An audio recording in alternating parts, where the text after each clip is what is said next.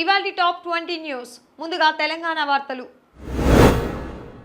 2026-27 విద్యా సంవత్సరం నుంచి ప్రభుత్వ పాఠశాల విద్యార్థులకు వారానికి 3 రోజులు స్వచ్ఛమైన పాలు, కాలేజీల్లో బ్రేక్ఫాస్ట్ అందించాలని ప్రభుత్వం నిర్ణయించింది.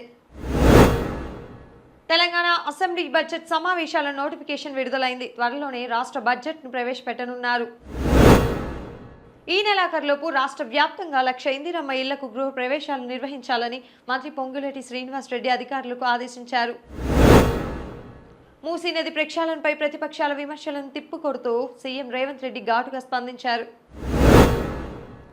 హౌసింగ్ బోర్డు సేవలను సులభతరం చేసేందుకు మంత్రి పొంగులేటి కొత్త రిజిస్ట్రేషన్ పోర్టల్ను ప్రారంభించారు.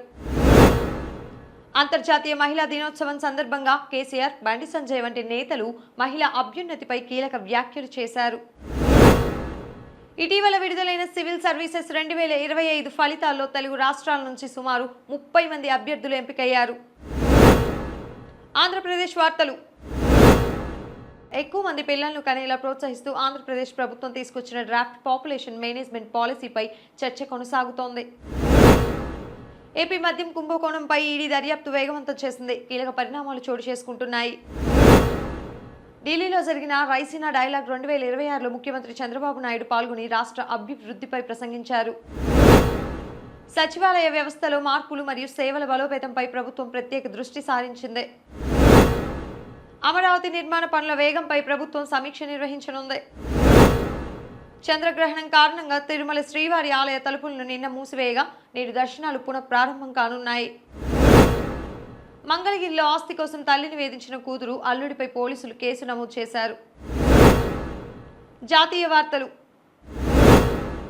మార్చి మొదట్లోనే పెరుగుతున్న ఉష్ణోగ్రతలపై ఐఎండీ కీలక ఆదేశాలు జారీ చేస్తూ ప్రజలు జాగ్రత్తగా ఉండాలని సూచించింది. అంతరిక్ష పరిశోధనలో భాగంగా జాయింట్ కాలిబ్రేషన్ కోసం భారత అంతరిక్ష పరిశోధన సంస్థ యూరోపియన్ స్పేస్ ఏజెన్సీతో ఒప్పందం చేసుకుంది.